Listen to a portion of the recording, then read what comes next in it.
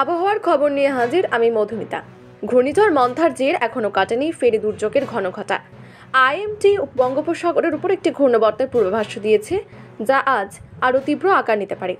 আবহাওয়া দপ্তর আন্দামান নিকোবর দ্বীপপুঞ্জে ঘূর্ণিঝড়ের সতর্কতা জারি করেছে।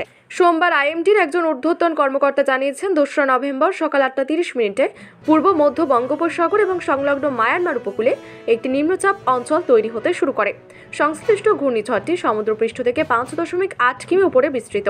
আগামী 36 ঘন্টার মধ্যে এটি মায়ানমার বাংলাদেশ উপকূল বরাবর উত্তর দিকে অভিমুখে গিয়ে তারপর উত্তর পশ্চিম দিকে অগ্রসর হওয়ার সম্ভাবনা রয়েছে।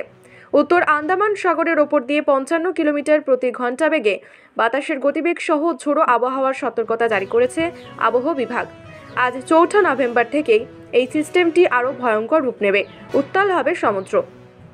স্থানীয় প্রশাসন উত্তর আন্দামান সাগরে না যাওয়ার জন্য মৎস্যজীবীদের নিষেধাজ্ঞা জারি করেছে। পর্যটকদের সতর্ক করা হয়ে সমুদ্রে কোনো ধরনের বিনোদনমূলক অনুষ্ঠান থেকে বিরত থাকার পরামর্শ দেওয়া হয়েছে।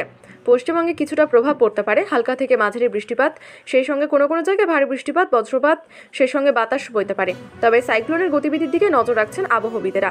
পশ্চিমবঙ্গ উপকূলে সমুদ্র উত্তাল হওয়ার সম্ভাবনা রয়েছে। আবহাওয়ার সব খবর পেতে নজর রাখুন বিবি নিউজের পর্দায়।